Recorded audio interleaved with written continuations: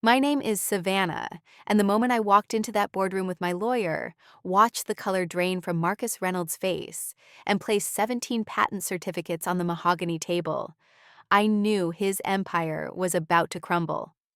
The CEO who fired me on my first day was about to learn that the technology powering his billion-dollar company legally belonged to me. Have you ever watched someone destroy themselves because they underestimated you? Let me back up. 3 years ago, I was a senior AI researcher at a mid-sized tech firm in Austin. Not glamorous, not prestigious, but the work was good and the problems were interesting. I'd spent 7 years there, climbing from junior developer to lead researcher, publishing papers, filing patents, making barely enough to cover my student loans, and a one-bedroom apartment that smelled faintly of mildew. My specialty was predictive algorithms for supply chain optimization, boring to most people, revolutionary to logistics companies.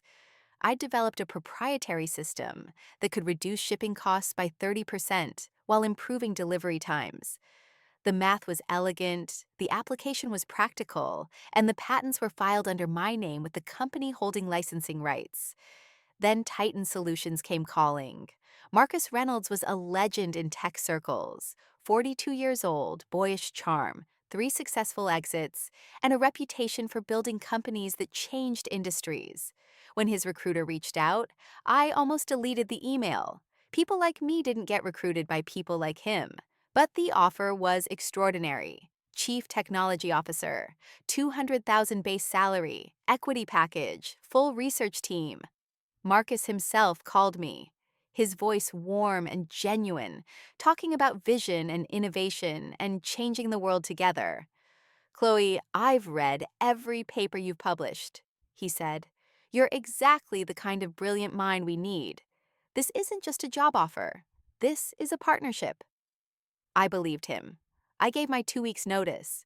My colleagues threw me a farewell party at a Mexican restaurant where the margaritas were too strong, and everyone kept saying how proud they were, how I deserved this.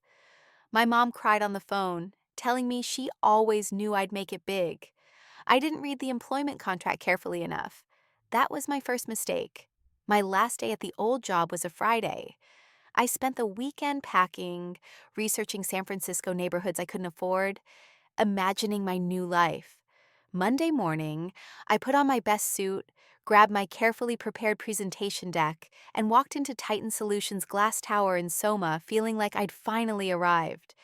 Marcus met me in the lobby personally. That should have been my first warning. CEOs don't meet new hires in lobbies, even CTOs. Chloe, welcome to Titan. His smile was perfect, his handshake firm. Listen, slight change of plans. Let's head straight to the conference room. I want you to meet the board. My stomach fluttered with nervous excitement. Meeting the board on day one meant they were taking me seriously. The conference room was all windows and minimalist furniture. 8 people sat around the table, most of them looking at their phones. Marcus gestured to an empty chair. Everyone, this is Chloe Collins, our new Chief Technology Officer. Polite nods. One woman glanced up briefly. Chloe, before we get started with onboarding, we need to discuss something important. Marcus's voice had changed. The warmth was gone. Your employment contract included a comprehensive intellectual property assignment clause, standard for everyone at Titan. I nodded. Of course. Anything I develop here belongs to the company. Not quite. He slid a document across the table. The clause specifically states that any IP related to logistics optimization, supply chain management, or predictive shipping algorithms developed within the past 10 years transfers to Titan Solutions upon commencement of employment. The words hit me like cold water. That's not possible. I developed those systems at my previous employer. They're not yours to claim. Marcus smiled. It wasn't a nice smile. Actually, Chloe, we've already acquired the licensing rights from your former employer. They were quite eager to sell once we explained the situation. The patents filed under your name are now effectively controlled by Titan Solutions. We own the technology. My mouth went dry. You can't just... We can, and we did. Here's the situation. He leaned back in his chair, completely relaxed. You signed this contract. You accepted employment. That means the IP transfer is legal and binding. However, we've decided we don't actually need you here. Your work was brilliant, but we've got our own team that can take it from here. Consider this your first and last day at Titan Solutions. The room was silent except for the hum of the air conditioning. You're firing me? We're ending your employment, effective immediately. You'll receive 2 weeks severance as per the contract. Security will escort you out. I couldn't breathe. This was planned. You never intended to hire me. You just wanted my patents. We intended to hire you, Marcus said pleasantly. We just changed our minds. It happens. You're welcome to seek legal counsel, but I promise you'll find everything we've done is perfectly legal. Unethical, perhaps, but legal. One of the board members, a silver-haired man in an expensive suit, spoke up. Ms. Collins, you seem like a smart woman. Take the severance, move on with your life. Fighting this will cost you everything and you'll lose anyway. 2 security guards appeared at the door. I stood on shaking legs. My entire body felt numb. This wasn't real. This couldn't be happening. Your personal items will be mailed to you, Marcus said. Best of luck with your future endeavors, Chloe. You really are brilliant, just not quite business savvy enough. The guards escorted me through the office. People stared. I'd been there 45 minutes. On the street in the morning sun, I finally started crying. I'd quit my job. I'd burned bridges. I'd signed a lease on an apartment I couldn't afford. And now I had nothing. No, worse than nothing. I'd lost the work I'd spent years creating. The first week was dark. I stayed in my new apartment, which I'd stupidly paid first and last month's rent on, and watched my savings account dwindle. I called lawyers, but the consultations all ended the same way. This would be expensive to fight, and your chances aren't good. My former employer confirmed they'd sold the licensing rights to Titan for what they called a substantial sum. They seemed proud of the deal. I was a footnote in someone else's success story. The second week, something shifted. I was lying in bed at 2 in the morning, staring at the ceiling, when I started thinking about the patents. Really thinking about them. I pulled out my laptop and started digging. The patents were filed under my name as primary inventor. My former employer held exploitation rights, which they'd sold to Titan. But the actual patent ownership, the fundamental IP, was more complicated than a simple licensing agreement. I spent 3 days reading patent law, consulting with a specialized IP attorney I found through a legal aid clinic, and reviewing every document I'd ever signed. And I found it. The devil was in the details. My employment contract at my old job had included standard IP assignment clauses for work developed using company resources. But my breakthrough algorithm, the core innovation that made everything else possible, had been developed on my own time, on my own equipment, 6 months before I'd even joined the company. I'd documented everything. Lab notebooks, time-stamped code repositories, even email exchanges with academic colleagues about the theoretical framework. When I'd filed the patents jointly with my employer, I'd done so as a courtesy, assuming we were partners. But legally, fundamentally, that core algorithm was mine alone. And here's what Marcus Reynolds hadn't understood. You can't license what you don't own. My former employer had sold Titan licensing rights to patents they didn't fully control. The core technology, the foundational innovation, legally belonged to me. Everything Titan was building was derivative of work I owned outright.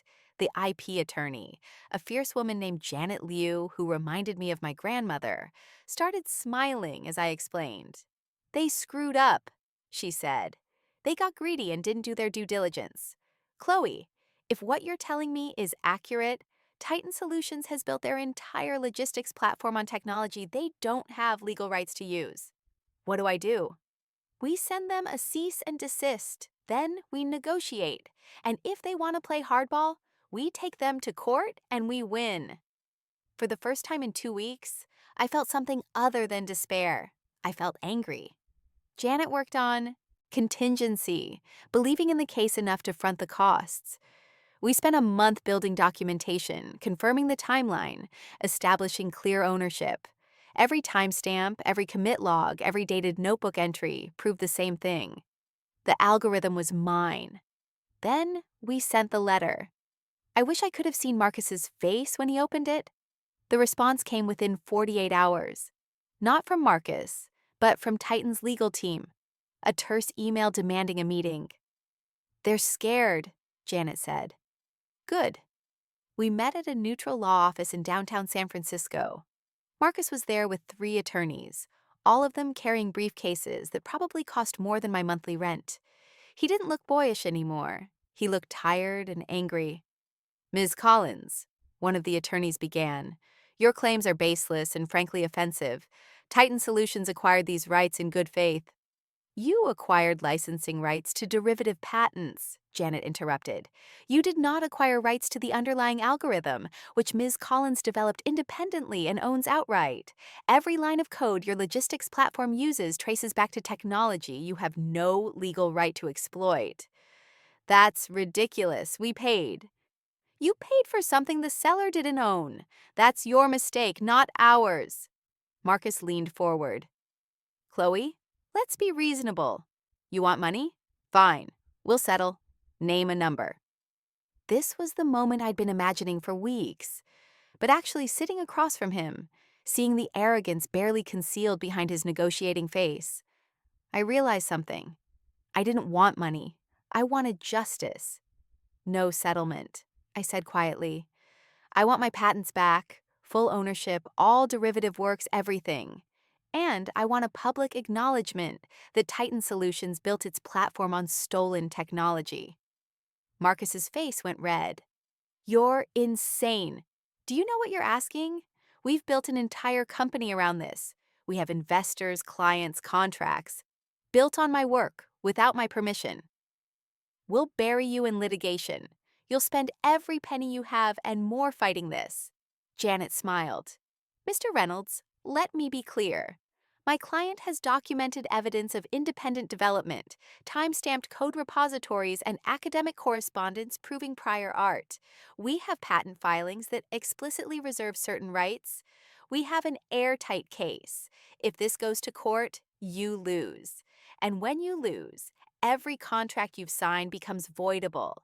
Your investors will sue you personally. Your company will be worthless." The room went very quiet. "Or," Janet continued, "you can negotiate reasonably now. Your choice." They asked for a recess. Marcus and his lawyers huddled in the corner, whispering urgently. I watched him gesture angrily, watched them shake their heads. He looked like a man watching his empire crumble in real time. Finally, they returned to the table. "What do you want?" Marcus asked. His voice was hollow. "First," I said, "you return all patent rights to me. Complete ownership, no restrictions, no licensing agreements." "That kills the company." "Then you should have treated me better." "Second, I want a public statement from Titan Solutions acknowledging that the core technology was developed by me and improperly acquired." "That's corporate suicide." "Third, I want access to all derivative work your team has developed. If I decide it's valuable, I'll license it back to you, at terms I set." Marcus looked at his attorneys. They looked defeated. "And if we refuse?" "We file the lawsuit tomorrow. I have a reporter from TechCrunch waiting for the story. Once it goes public that Titan Solutions is built on stolen IP, your investors will flee, your clients will terminate contracts, your company will collapse, and you personally, Mr. Reynolds, will be toxic in Silicon Valley forever." I watched him struggle with it. His hands were clenched on the table, his jaw tight. This man who had smiled so warmly while destroying my career was now completely powerless. "You have 24 hours, Janet said. "After that, the offer expires and we go to war." We left them sitting in that conference room, and I felt lighter than I had in months. They folded in 16 hours. The agreement was everything I'd asked for and more. Complete patent rights transferred back to me. A public statement that was carefully worded but clear enough to damage Titan's reputation. and a licensing agreement that gave me 50% of all revenue generated by the technology for the next 10 years. But the real victory came 2 months later. Titan's investors, spooked by the scandal and the sudden revenue share agreement, started pulling out. Marcus tried to spin it, tried to raise a new round, but the damage was done. The board forced him out in a midnight coup that made headlines. The company limped along for another 6 months before being acquired for parts by a competitor. Marcus's stake, once worth hundreds of millions on paper, became essentially worthless. I heard through the grapevine that he'd moved to Austin, taking a VP role at a mid-sized firm. The same kind of company he used to call lifestyle businesses, with barely concealed contempt. Meanwhile, I licensed my technology to 3 different companies, all with fair terms and mutual respect. The licensing fees alone gave me financial security I'd never imagined. I hired a small team and started my own research lab, this time maintaining complete control. But more than the money, more than the vindication, what mattered was the principle. I'd been dismissed, underestimated, discarded like I was nothing. And I'd proven that intelligence and integrity could beat arrogance and greed. 6 months after the settlement, I was invited to speak at a tech conference in Austin. As I walked onto the stage, I saw Marcus in the audience. He looked older, diminished, sitting in the back row with his arms crossed. I gave my talk about IP rights, about protecting your work, about standing up to corporate abuse. I never mentioned him by name. I didn't have to. Everyone in that room knew the story. After the talk, as I was leaving, I found him waiting by the exit. "Chloe," he said. His voice was quiet, almost humble. "I need to say something." I waited. "I underestimated you. I thought you were just another brilliant engineer who didn't understand business. I was wrong. You beat me at my own game." "This was never a game to me, Marcus. This was my life's work." He nodded slowly. "I know, and I'm sorry. For what it's worth, you deserved better." "Yes," I said, "I did." I walked past him into the bright Texas sunshine, leaving him standing in the shadow of the building, and I didn't look back. A year later, I was featured in Wired magazine. The article was titled "The Engineer Who Took Down Silicon Valley's Golden Boy." It talked about corporate ethics, IP rights, and the David versus Goliath nature of the case. But the part that meant the most to me was the ending, where they quoted something I'd said during the interview. "People will try to take what you've built. They'll smile while they rob you. They'll tell you it's just business, that you should move on, that fighting back will destroy you. But here's what they don't understand. When you know your worth, when you have proof of your value, when you refuse to be dismissed, you become unstoppable. Not because you're ruthless, but because you're right." My mom called me after the article came out, crying again. But this time, they were happy tears. "I'm so proud of you," she said. "Not because you won, because you fought." "I had to," I told her. "Some things are worth fighting for." These days, I run my research lab from a converted warehouse in Oakland. We're working on environmental applications of predictive algorithms, trying to optimize renewable energy distribution. The work is challenging and meaningful, and I own every bit of it. Sometimes young engineers reach out to me, asking for advice about IP protection or corporate negotiations.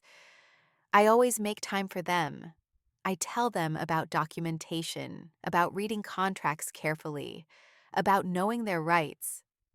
And I tell them about Marcus Reynolds, about that boardroom meeting on my first and last day at Titan Solutions, about how the worst moment of my life became the catalyst for everything that came after.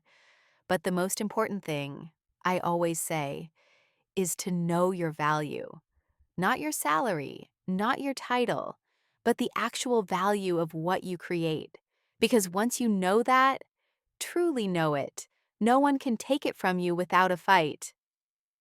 Last month, I got an email from a junior developer at a startup. She'd been asked to sign an IP agreement that would have given her employer rights to everything she'd ever created. She remembered my story and pushed back. They revised the contract. That felt like victory, too. Sometimes late at night, when I'm working on a particularly difficult problem, I think about that morning in Titan's lobby. How excited I'd been, how naive, how completely Marcus had underestimated me. He thought I was just another smart engineer who could be used and discarded. He thought the patents were the prize. He never understood that the real power wasn't in the patents themselves, but in the mind that created them. And that mind was never going to stop fighting. I've learned that revenge isn't about destruction. It's about restoration. It's about taking back what was stolen, standing up when you're pushed down, and refusing to let someone else write the ending of your story. Marcus Reynolds tried to erase me on day one. Instead, I erased him from the industry that worshipped him, not through cruelty, not through deception, through truth, documentation, and the simple, powerful act of knowing my worth. My name is Chloe Collins. I'm the engineer who owned the patents, and I'm the reason a CEO's empire crumbled in a boardroom on an ordinary Tuesday afternoon. But more than that, I'm proof that intelligence and integrity will always outlast arrogance and greed. Some people build empires by taking from others. I built mine by protecting what was always mine. And that's a foundation that can never be stolen. They say the tech industry is cutthroat, that only the ruthless survive.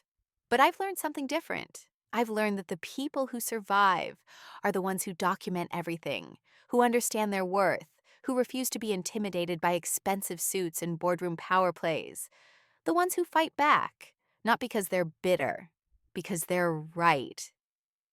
In the end, Marcus taught me something valuable. He taught me that the world will try to break you, that people will smile while they destroy your dreams, that power often masquerades as partnership. But he also taught me that power has limits, and truth, properly documented and fiercely defended, is the greatest power of all. I'm still working, still creating, still fighting for fair treatment in an industry that often treats engineers as disposable assets. But now I do it with the confidence of someone who's been tested and emerged stronger. The day I walked into that boardroom with my lawyer and placed those patent certificates on the table, I wasn't just reclaiming my work. I was reclaiming myself. And watching Marcus's face drain of color, watching his empire begin its slow collapse, watching justice finally arrive after months of despair, that wasn't cruelty.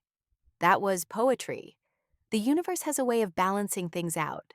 Not always quickly, not always obviously, but eventually, inevitably. The people who build their success on betrayal end up with nothing but the memory of what they destroyed. And the people who stand up, who fight back, who refuse to be erased, we end up with something better than revenge. We end up with peace, because they can never underestimate you again. They know exactly what you're capable of,